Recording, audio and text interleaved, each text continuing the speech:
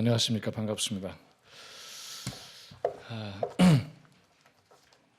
제가 이 원고를 좀 늦게 제출을 해서 따로 이렇게 되어 있습니다. 참고해 주시고요. 미래무명원 원장은 아니고 거기에 소속된 교수입니다.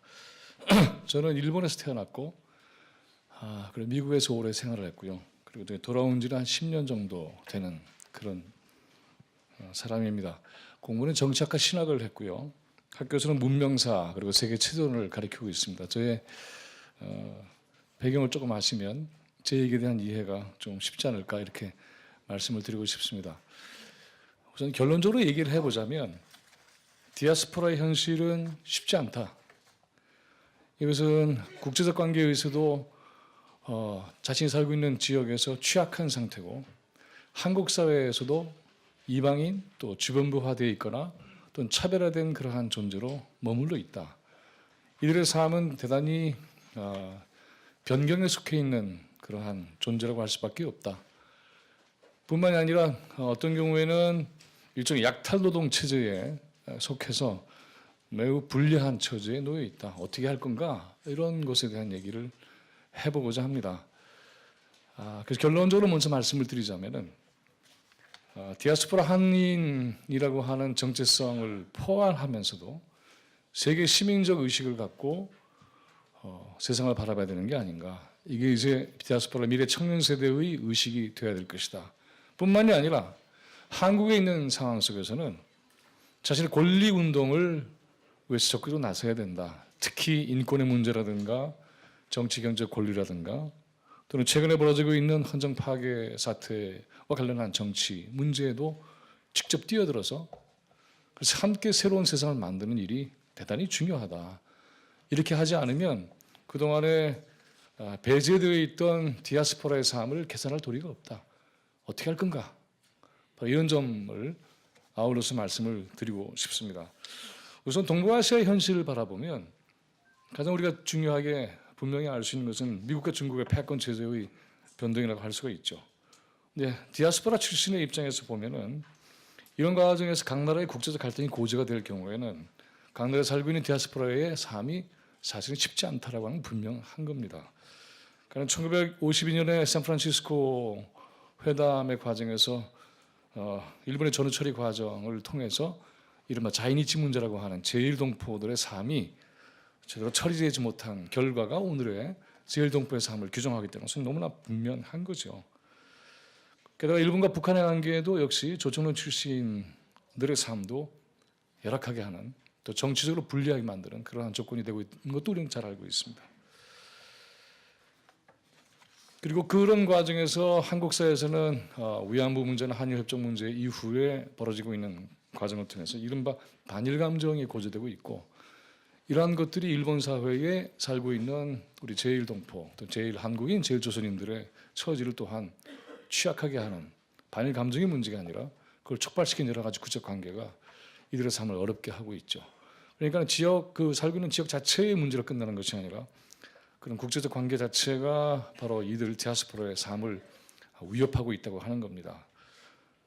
미국의 대중국 패권 전략도 마찬가지죠. 이걸 통해서 만약에 한국과 중국의 관계가 어려워지게 된다고 한다면 만주의 연변에 있는 조선족들이 한국 사회와 원활한 관계를 맺는 것도 굉장히 불리해지는 건 우리가 분명히 알 수 있습니다.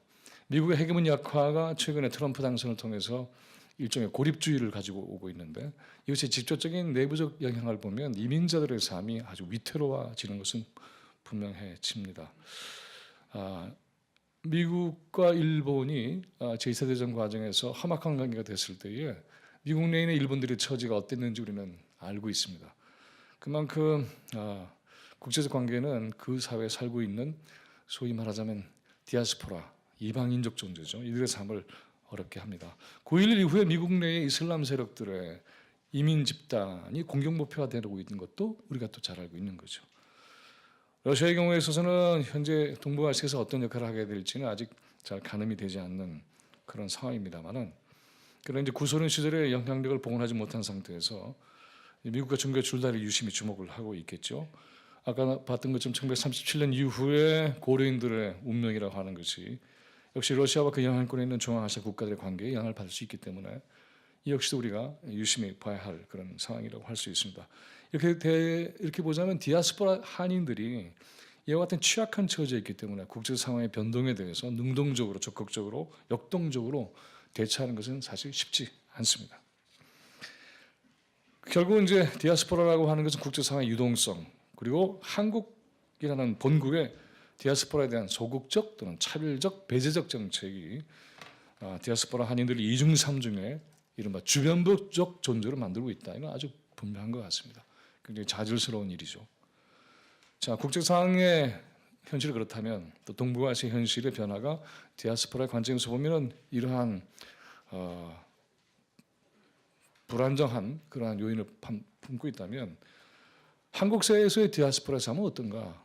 뭐 이후에 여러 가지 생생한 얘기를 듣기도 하겠습니다만은 한국 사회는 우리가 잘 알고 있다시피 출신국가별로 차별화의 그러한 위계 질서가 아주 분명하죠. 이건 이제 박미춘 교수님이 보다 정확하게 정리를 해 주실 텐데 여기는 한국 사회의 이른바 인종주의적 편견까지 가세를 해서 그래서 입지를 곤란하게 만들고 있습니다.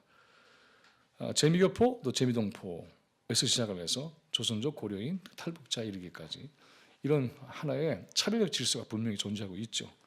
동남아시아 출신의 외국인 노동자에 대한 인종주의 편견과 차별 정책이 그대로 관통되고 있는 것을 보게 됩니다. 조선족에 대한 차별 의식 우리가 너무나 잘 알고 있습니다.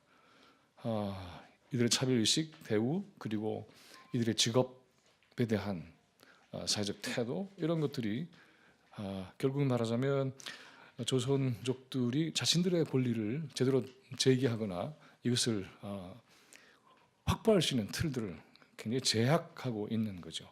조선족 그러면 같은 동포가 아니라 별개의 부족처럼 인식되고 있는 것도 사실이고요. 그리고 조롱거리가 되기도 하죠. TV에서는 우스개의 대상이 되기도 하고 영화에서는 폭력배 집단으로 분리되기도 합니다. 이게 현실입니다. 고려인들은 한국 사회 존재가 별로 없죠. 중앙아시아는 거리가 멀고 그런데 참 역설적이게 고려인들의 한국에 대한 애정은 아주 깊은데 한국 사회는 고려인들에 관심도 없고 또 별로 주목하고 있지도 않습니다. 고려인은 고구려인, 백제인, 고려인 뭐 이런 게 분명히 아닌데 고려인은 역시 한국인과는 동질 또는 동격이 아닌 집단으로 인식되고 있는 거죠. 탈북자는 가장 열악한 상태에 있는 거 우리가 잘 알고 있습니다. 탈북자도 한국 사회 인종주의 편견에 시달리고 있죠. 그리고 북한 사회의 연장이다. 한국 사회가 최근에 멸시하고 있는 북한 사회의 연장이고 또 한국 사회에서는 사회 부적응자다 이렇게 낙인이 찍히는 그런 처지에 있고요. 사랑하나님께서는 대북 비판 또는 비난 발언의 최전선에 서야 되는 그러한 고통도 겪고 있고요.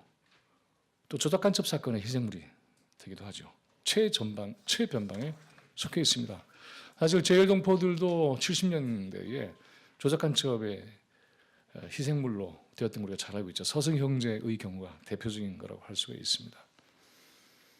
디아스포라의 경우를 보면 우리의 민족사에 아주 비극과 깊이 연동되어 있는데 이런 것에 대한 인식도 사실 한국 사회에 별로 없죠. 연변이라고 하는 것이 얼마나 소중한 독립운동의 근거지였는가라고 하는 점, 또 고려인들이 독립운동에 얼마나 기여했는가라는 점, 이런 것들 하나하나가 망각되고 있습니다. 디아스포라의 역사는 그냥 저들의 역사예요. 아까 우리가 영상을 봤고 또 도의사님도 말씀하셨습니다만 민족 공동체 이론으로서의 포괄적인 수용이 별로 안 돼 있는 거죠. 그래서 함께 나누고 이해하는 역사의 연대가 기본적으로 부재한 상태입니다. 이런 현실 속에서 동북아평화연대가 15년 동안의 노력을 해왔다고 하는 것은 정말 경이롭고 또한 뜨거운 박수를 보낼 일이라고 생각을 합니다.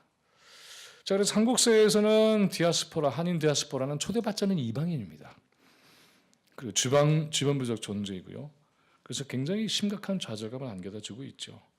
이렇게 되니까 디아스포라 청년 세대에게는 미래의 희망이 박탈되고 있고 한국인이라는 연대감을 통해서 살아날 수 있는 기반조차 없는 것이 또한 엄연한 사실입니다. 인정할 수밖에 없습니다.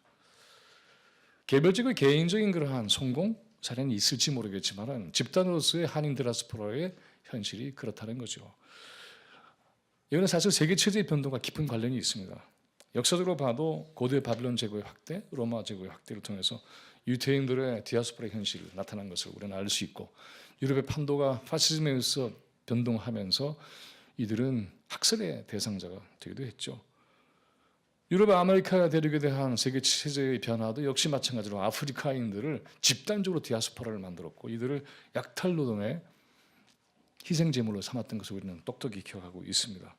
인종주의와 결합을 했고, 아프리카인들에 대한 주변 부활을 시도했고, 그리고 약탈 노동 체제에 편입을 시켜서 이들의 떼죽음, 또 가혹한 착취, 이런 것들을 만들어 왔죠.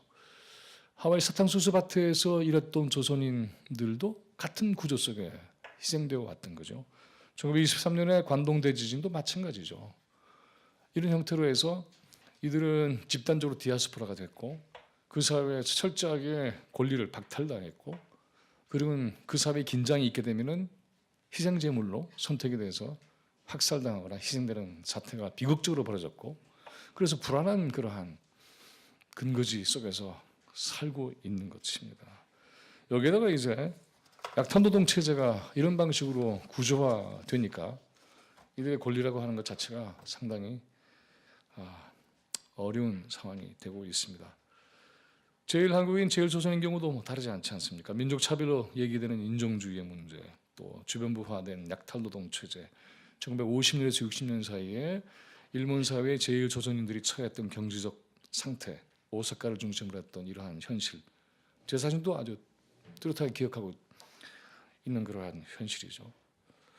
이렇게 보면은 한 사회가 어떤 특정 집단을 차별화시키고, 그리고는 하위 계층으로 머물게 하는 것은 그 사회의 어떤 지배 전략이라고 할 수가 있습니다. 그래서 이렇게 그러한 차별화 대상이 되는 집단이나 존재는 그들의 사회적 존재감, 자존감, 인권, 정치 경제적 권리, 이건 다 계속 뺏기는 거죠.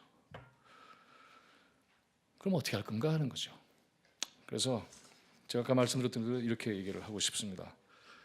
자, 국제적 상황도 쉽지 않고, 세계 체제의 변동에 의해서 이러한 처지에 몰려 있고, 또 한국 사회가 이들에 대한 소극적 또는 배제적 태도를 가지고 있는데 어떻게 할 건가?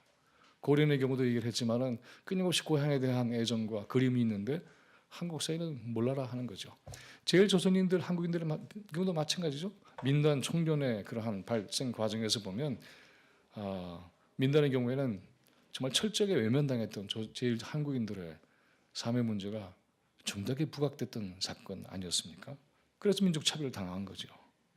한일 협정을 통해서도 제일 조선인, 제일 한국인들의 문제를 제대로 처리하지 못한 겁니다. 그만큼 한국 정부의 역대 과정에서 보면 한인 디아스포라 정책 자체가 부재했다라고까지 할 수밖에 없는 처지입니다. 어떻게 할 건가? 그리고 청년 미래 세대는 어떻게 그걸 감당할 건가? 제가 이제 두 가지 다시 정리를 해드리고 싶습니다. 기본적으로 디아스포라 한인의 본국에 대한 자기 정체성, 그리고 자기가 살고 있던 출신 지역의 정체성, 이 두 가지는 떨어질 수 없을 거예요. 조선인들은 조선인이라고 하는 민족 정체성과 중국인이라는 국가적 정체성에서 빠져나가기 어려울 겁니다. 두 가지 다 소중합니다. 그래서 이것이 고리가 돼서 국제적인 어떤 연대의 증검다리가 될 수 있겠죠. 그래서 이것을 뛰어넘어서 세계 시민 의식, 세계 시민적 연대, 이것을 만들어가는 것이 청년 세대의 매우 중요한 임무가 아니겠는가. 이렇게 될 때 비로소 국제적 관계 변동에 의해서 자신들의 운명이 결정되는 수동적 존재가 아니라 이걸 타개해 나갈 수 있는 주체로 발돋움할 수 있다. 그런데 거기에는 보다 중요한 훈련 과정이 필요합니다. 그건 뭐냐? 사실 지금 제가 얘기했던 여러 가지 나라들의 과정에서 보면 디아스포라 한인들이 그 사회의 정치 발전 과정에서 주체로 서기가 굉장히 어렵습니다. 뭐 러시아의 고려인들, 카자흐스탄의 고려인들, 연변의 조선인들은 어떻게 하죠? 그 나라의 정치 민주화를 어떻게 움직이죠? 굉장히 제약된 현실 아니겠어요? 그런데 한국 사회는 다행히 그것을 제공하는 현장입니다. 그래서 이러한 상황에 대해서 아주 절실하게 참여하는 그런 노력이 필요하다. 조선족의 경우도 또 탈북자의 경우는 더더욱 절실하죠. 그래서 이런 문제를 공유하는 주체, 세력과 함께 연대해서 힘을 모으는 것이 절실하다. 저는 그런 의미에서 동북아평화연대가 앞으로 회원수를 점점 더 늘리고 재정도 더 확보를 해서 이러한 청년 미래 세대의 정치, 경제, 권리, 인권운동, 사회적 자존감을 불러일으키는 일에 기성세대가 진력해서 지원해야 된다라는 생각을 하고 있습니다. 여기서 가장 중요한 것은 무엇보다 정치적 권리입니다. 최근에 한국의 헌정 사태, 파괴 사태, 박근혜 퇴진 운동은 새로운 사회를 만들어내는 대단히 중요한 결정적 계획입니다. 이것은 디아스포라 한인들, 한국에 살고 있는 디아스포라 한인들이 그냥 관찰하고 구경꾼으로 볼 일이 아니라 자신들도 주체로 참여하는 그런 과정이 되어야 합니다. 사실 그렇게 되는 것이 정치적으로 사회적으로 부담이 되겠죠. 근데 이 부담이 돼서는 안 되는 거 아니겠어요? 우리의 공동체에 살고 있는 사람들은 모두 다 지역 출신을 따지지 않고 우리 모두의 공동체 구성원이죠. 디아스포라 한인들은 당연히 그러한 권리를 본질적으로 가지고 있는 그러한 존재라고 할 수가 있습니다. 이러한 상태를 벗어나서 우리가 꿈꾸는 것은 누구도 차별받지 않고 누구도 부당하게 약탈당하지도 않고 누구도 그 권리와 발언권이 제약되지 않는 그러한 새로운 사회를 뜻할 겁니다. 이러한 새로운 사회를 만드는 일에 디아스포라 한인들이 함께 주체로 참여하는 것은 결정적으로 중요한 일이다. 특히 청년 세대에게 이러한 임무는 절박하다. 한국 사회 변화에 주체로 참여하는 것은 그래서 자신을 스스로 자기도 모르게 이 사회에서 이방인화하고 주변부화하는 것을 막는 일이죠. 이와 같은 한인 디아스포라의 청년 세대의 정치적 권리와 경제적 권리, 사회적 존엄감, 자존감, 인권을 회복하는 것은 엄호되어야 합니다. 새로운 민주정부는 우리가 꿈꾸는 것은 디아스포라 한인의 현실을 포괄하는 정부가 되는 게 마땅하죠. 바로 그렇게 됐을 때 디아스포라 한인들은 더는 흩어진 존재가 아니고 주변국적 존재로 머무는 것도 아니고 좌절이 일상화된 존재도 아니고 희망의 변경지대에서 시달리는 존재가 아니라 희망의 최전선이 되는 그런 역할을 감당해야 되지 않겠는가 이렇게 말씀드리고 싶습니다. 고맙습니다.